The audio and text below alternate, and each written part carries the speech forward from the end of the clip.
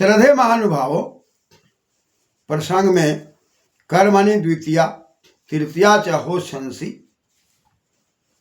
इस प्रसंग में आगे सूत्र की जो बात कही जा रही है उन सूत्रों में शब्द का प्रयोग दिखाई पड़ रहा है। अंतरांतरेण युक्ति,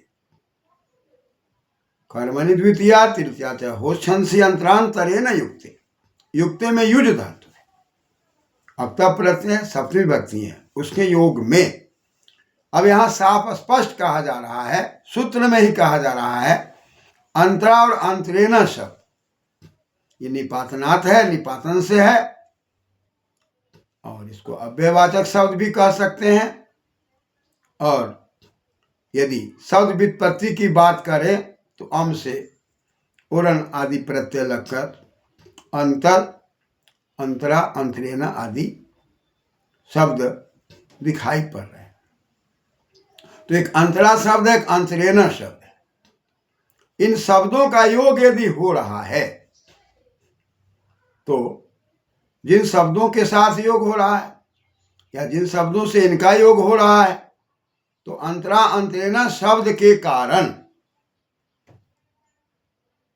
बात आ रही है कि अंतरांतरेण युक्ते, ऊपर से कर्मणि द्वितीया से द्वितीय शब्द आ रहा है, अनभिहित अंतरा अंतरेण के योग में द्वितीया की बात अब नहीं हो रही है, क्योंकि तिंग कृत तद्धित समास से अभिहित अनभिहित की बात चली है कि जब अभिहित होगा तब प्रथमा, अनभिहित होगा तब द्वितीया या तृतीया की बात चली।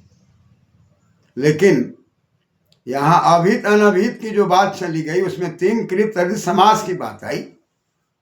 यहां अब अंतरा अंतरेण शब्द का योग है, इसलिए यहां का प्रसंग अनभिहित का नहीं है, अंतरा शब्द का योग है। अंतरा त्वाम च माम च कमंडलु, तेरे और मेरे बीच में कमंडलु है। कमंडलु का प्रयोग हो रहा है, लेकिन यहां अंतरा और अंतरेण शब्द उपपद विभक्ति है, इस कारण त्वाम और माम में द्वितीया विभक्ति दिखाई पड़ रही है। यहां पर कमंडलु में विभक्ति का प्रयोग द्वितीया नहीं हो रही है। कमंडलु अस्ति, यहां पर कमंडलु का प्रथमांत प्रयोग हो रहा है, तो यहां पर अस्ति तिंग है और तिंग कमंडलु को कह रहा है, लेकिन यहां पर योग किसका हो रहा है? अंतरा अंतरेण का हो रहा है।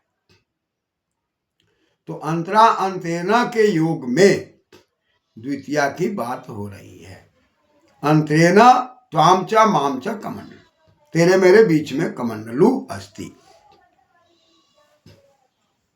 अतः यहां पर पुनः जब अस्ति को कह रहा है तो ऐसे प्रसंग में आपने देखा कि कर्तृकर्णयो तृतीया, अनभिहित में कर्ताकरण में तृतीया की बात आ रही है, लेकिन यहां पर यदि तिंग कमंडलु को कह रहा है, कमंडलु अस्ति, कमंडलु है तेरे मेरे बीच में, तो यहां पर कमंडलु यदि करता है, अस्ति तिंग को कह रहा है, तो यहां पर कमंडलु के पहले त्वाम और माम का प्रयोग द्वितीया है, अतः द्वितीया को नहीं कर रहा।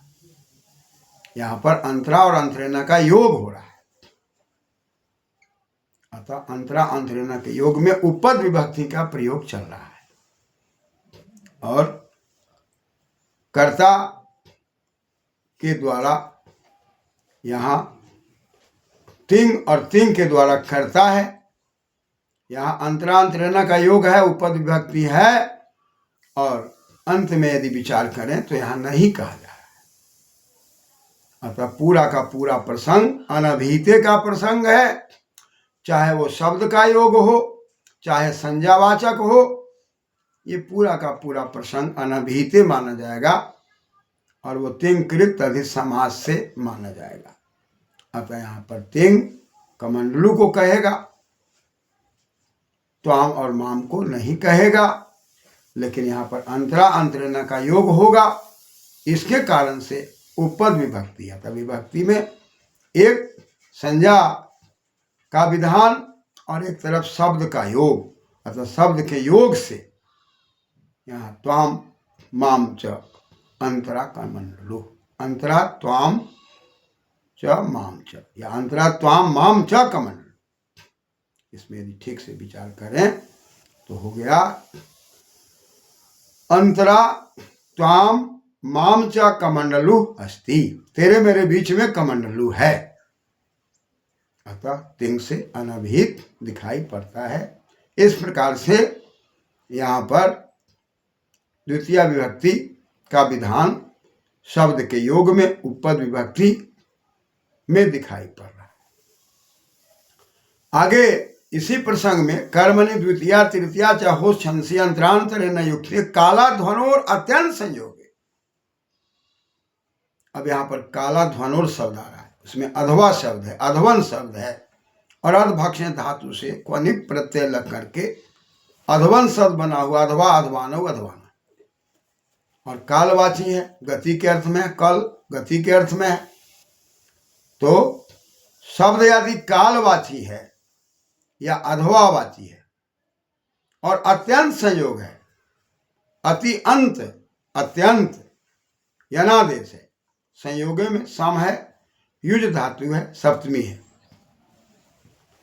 सम्यक प्रकार से जुटना, और जुटने में योग यानी कि लगातार अनवरत, उसका संयोग अनवरत हो रहा है। अब जब अनवरत संयोग हो रहा है तो यदि कालवाची शब्द है तो उस कालवाची शब्द में भी द्वितीया की बात कही जा रही है। तो हम कहते हैं मासम अधीता अनुवाक, महीना भर अनुवाक को पढ़ा। तो अब यहां पर मासम शब्द जो है कालवाची है, समयवाची है, या हम कहते हैं मासम को मकार को अनुस्वार करके मासन कल्याणी, महीना भर कल्याण ही कल्याण है, यानी कि लगातार है, उसमें कोई व्यवधान नहीं है, रोज कल्याण की बात कही जा रही है।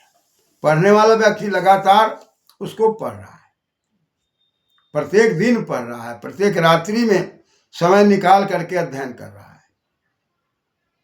या हम कहते हैं कि नदी है, और कैसी नदी है, तो कुटिला नदी है, टेढ़ी मरी नदी है। तो मास का अब अधवा और अधवा का मास दोनों का प्रयोग यदि देख रहे हैं तो अधवा माने रोड होता है, यानी कि सड़क। तो हम कहेंगे कि क्रोशम कुटिला नदी, कोस भर हम चलते रहे फिर भी हमको हर जगह जो संयोग दिखाई पड़ता रहा, टेढ़ी मेढ़ी नदी की व्यवस्था दिखाई पड़ रही, जो नदी बह रही है और उसमें जो नदी में रेखा दिखाई पड़ रही है वो टेढ़ी मेढ़ी है। इसलिए यहाँ पर हम प्रयोग करेंगे क्रोशम कुटिला नदी। ये नदी तो है, इसका संयोग है, लेकिन लगातार उसमें रेखा सरल नहीं दिखाई पड़ता है, रास्ता सीधा नहीं है, टेढ़ा मेढ़ा है। नदी का बहाव जो है वो टेढ़ी मेढ़ी नदी का बहाव है। तो ऐसी परिस्थिति में भी द्वितीय विभक्ति की बात कही जा रही है। इस प्रकार से हमें अनभिहित कर्मणि द्वितीया तृतीया च हो संसी अंतरांतरेण युक्ते काला ध्वनोर अत्यंत संयोग, कालवाची हो, मार्गवाची हो, लगातार वाली बात आ रही हो तो द्वितीया होगी। अंतरांतरेण का योग है तो भी द्वितीया की बात कही जा रही है। वेद का विषय है और हु धातु है तो वहाँ भी तृतीया की भी बात कही जा रही है और द्वितीया की भी बात कही जा रही है। सामान्यतः द्वितीया तो है ही, ये वेद का विषय है, तो तृतीया की भी बात कही जा रही है। यवग्वा की भी बात कही जा रही है, यवग्वाग्निहोत्रं जुहोति, या यवागुम अग्निहोत्रं जुहोति। या अग्निहोत्रम का मतलब है अग्नौ, अग्नि में, और ज्योति का मतलब है प्रक्षिपति, हवि को डाल रहा है, लपसी को अग्नि में डालता है या डाल रहा है। तो इस प्रकार से लगातार ये प्रसंग चलेंगे और इसमें अभिहित अनभिहित पर विचार करते हुए पहला सूत्र ने स्पष्ट कर दिया अनभिहित, यहाँ अभिहित नहीं रहेगा। ऐसी परिस्थिति में जो शर्त घटेंगे, कर्म का शर्त घटने पर द्वितीया और छंद का विषय घटने पर द्वितीया और तृतीया, अंतरा अंतरेना का विषय घटने पर द्वितीया और कालवाची अथवावाची का संयोग घटने पर द्वितीया। इस प्रकार से विभाजन होते हुए विभक्ति और उपपद विभक्ति दोनों की बातें चलेगी और शब्दों के योग में उपपद विभक्ति और संज्ञा होने के बाद वह द्वितीय विभक्ति की बात आएगी। तो विभक्ति का मतलब विभाजन है और विभाजन में उपपद विभक्ति माने उसके समीप में है, इसलिए वहां भी द्वितीय की बात हो रही है क्रमशः। धन्यवाद।